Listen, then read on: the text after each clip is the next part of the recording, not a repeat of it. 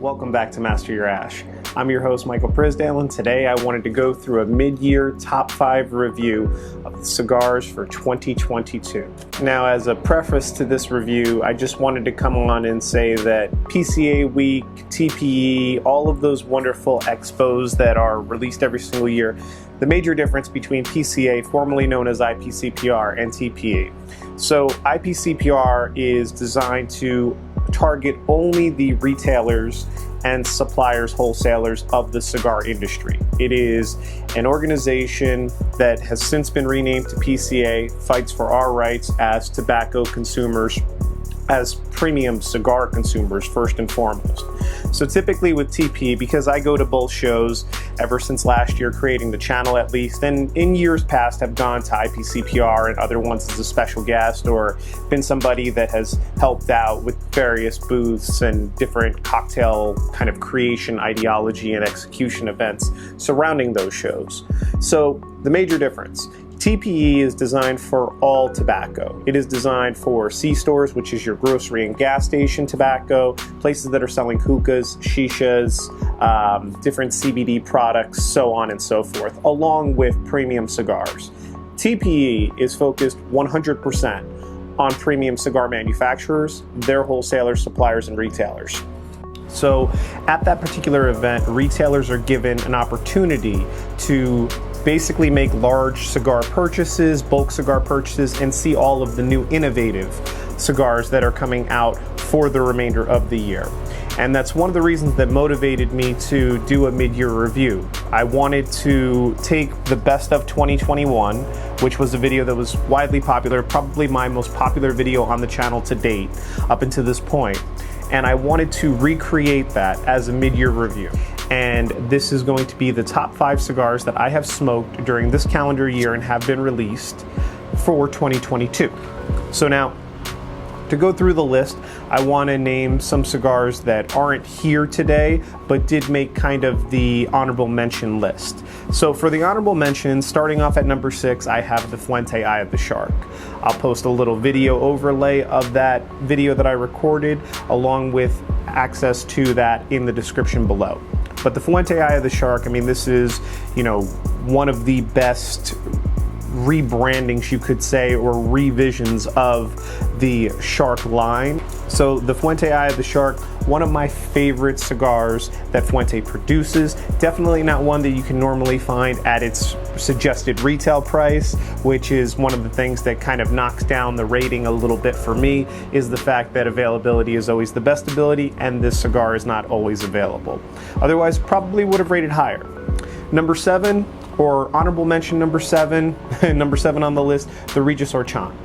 Cigar Hound Dog, somebody who I mention very often because he has tremendous cigar recommendations, especially based off of what certain people enjoy smoking. He knows that I really love getting into and digging deep into the cigars like the Paul Germanian, the PG Gourmet line, which mimic very Cuban-esque profiles. Also the Illusione one-off, not to give it an honorable mention, although it may get one towards the end of the year when we do the full-on best of 22. That is another cigar that comes top to mind when I think about Cuban-esque profile, Cuban-flavored profile in a non-Cuban cigar.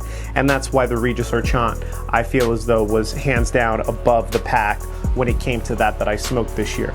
Also, the Regius Orchant has the suggested retail price at a little bit lower than the Illusione one-off. Coming in with the final 2 of the honorable mentions list before we get into the top 5 that are in front of me and some of the ones that aren't. The Dunbarton Tobacco and Trust Dondurma.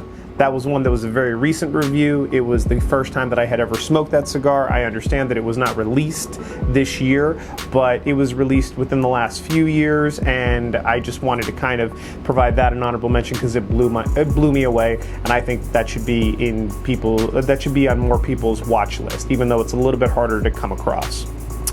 And also, that leads into kind of our top 5 for the year. So starting off at number 5 is not a cigar that I have in front of me because I just haven't been able to locate a box. I know that they have shipped to retailers though, so by the time that this video is published, you will be able to pick them up, and that is the Drew Estate Nica Rustica, the Adobe.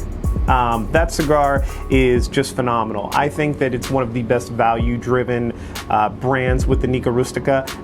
One of the best cigars that Drew Estate makes for the money, or makes for the value, makes for the price, I think has always been the Nica Rustica. And I feel like the Adobe is just an opportunity with a different wrapper to allow for more adoption, for more people to get into it.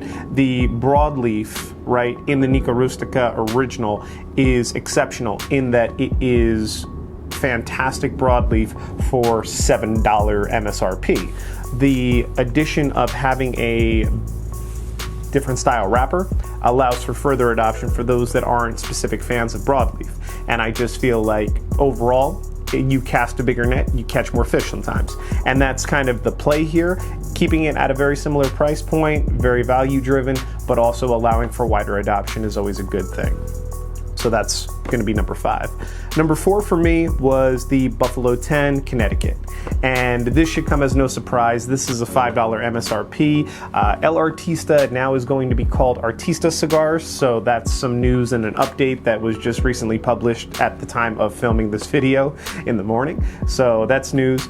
But Buffalo 10 Connecticut by Artista Cigars is probably the best Connecticut for the dollar bills that exists. I mean, it is a $5, $6 MSRP, and it is one of the best Connecticut cigars that I have ever smoked.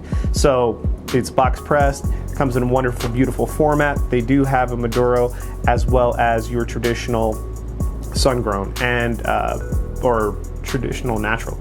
But I have not smoked anything past the Connecticut because I always go back to the Connecticut and grab one out of the humidor and smoke one. It is an exceptional cigar and it should be on more top 10 lists. The Room 101 Johnny Tobacconaut. And I have the Namakube here. It is in the thumbnail as an honorable mention. The Namakube is a fantastic cigar in its own right. I feel as though that the price point on this being slightly higher, and also the fact that it was a limited edition for 2021 is going to be one that I would say for the Connecticut shade, the price point, everything about it, it's a top 5 list for the mid-year releases for 2022. To recap, so far we have the Drew Estate Nica Rustica at the 5 slot, the Buffalo 10-year Connecticut at the 4, Room 101 Johnny Tobacconaut at the 3 spot. Coming in at number 2, the Davidoff limited edition 2022 Winston Churchill. And this right here is just a fantastic display by Davidoff. I feel as though it is probably one of the best cigars that I have ever had from Davidoff. Just the amount of walnut, the amount of cedar, spice, coffee, the full flavor spectrum almost at your disposal with the cigar make it a top 10 or make it a top 5 for the mid-year review. And the fact that this is a limited edition 2022, it is the best limited edition that I feel as though Davidoff has come out with in a long time, possibly even the best cigar that they've come out with in a long time. The price point and the barrier to entry is a little high, so that is one of the reasons why it kind of got edged out by number 1, but not really, because the price points and the barrier to entry I feel are both difficult with the number 2 and the number 1. And the number 1, without any further ado, probably no surprise to anybody, is the Plasencia Year of the Tiger. Now, I want to start by saying that with Plasencia, it's not that I plan on always having a Plasencia cigar as my cigar of the year. And hopefully there will be something that I will smoke throughout the remainder of 2022 that will knock off Plasencia from its pedestal. But it's probably always going to make the top 5 just because of the fact that this is an exceptional cigar. The rarity of you meeting expectations when you set a $25 to $30 price point per stick is very difficult. But I feel as though that this meets and exceeds expectations in almost every single way. The Fuente was the Sixto, was the top cigar for me for 2021, and I feel as though that that was a solid recommendation for everybody that's out there that has tried it ever since that video came out. I'm sure that you will mention it in the comments, but that cigar is a pretty damn tasty cigar, right? And this is no exception to that. Plasencia has been turning out some of the very best cigars for the last 2 years since I started this channel, or a year and a half since I started this channel last year. Yeah, the last year that I started this channel. And I was not a Plasencia cigar smoker incredibly before starting the channel. I had a couple of Plasencias here and there. I believe it was the Almacampo. I believe that it was one of the Reservas, or the original Reservas, the organic line. And I mean, both of those cigars were fantastic. But it was only when I went to PCA 2021 and I saw the Sixto with the hexagon shape, the 6x60 ring gauge, that I was like, man, this is a beast of a cigar. I really have to try this and see, like, for the channel how it is. And it was only after doing that review that I was like, whoa, this is incredible. Some other honorable mentions just to keep your eye on the lookout. So the Blackwork Studio Hyena. This is another fantastic cigar that I think is going to make a lot of top 5, top 10 lists as the year progresses. The Liga Privada 10-year Anniversario. So the reason why I bring this up is not because I need to fill in time with Drew Estate, but because of the fact that up until this point, okay, a month ago when I posted this review, or 3 weeks ago, whatever it was, this was the first Liga 10-year that I had ever had the opportunity to smoke. And I have to say that it met and exceeded all expectations. One of my favorite Ligas that I have now tried. And I think that now that the Liga 10-year Anniversario, the 10-year anniversary cigar, is available to everybody, not just those that are fortunate enough to go to a Drew Estate event. I think that we're going to see this pop up on a lot more top 10 lists by the end of this year. So I bring this up and I honorably mention this because of the fact that if it's not already on some top 10 lists, I would expect it on some top 10, top 5, top 3 lists moving throughout the year. The final one that I'm going to bring up is another Drew Estate cigar, and that is the Liga H99 Phineas Gauge.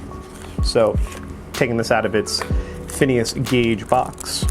And the Hyena being a Lonsdale and, you know, also having that beautiful African Cameroon wrapper to it, the Phineas Gauge in the H99. So this is a brand new cigar by Drew Estate to cap off kind of the midpoint of the year. Phineas Gauge being a very interesting character in both spirit and in character story.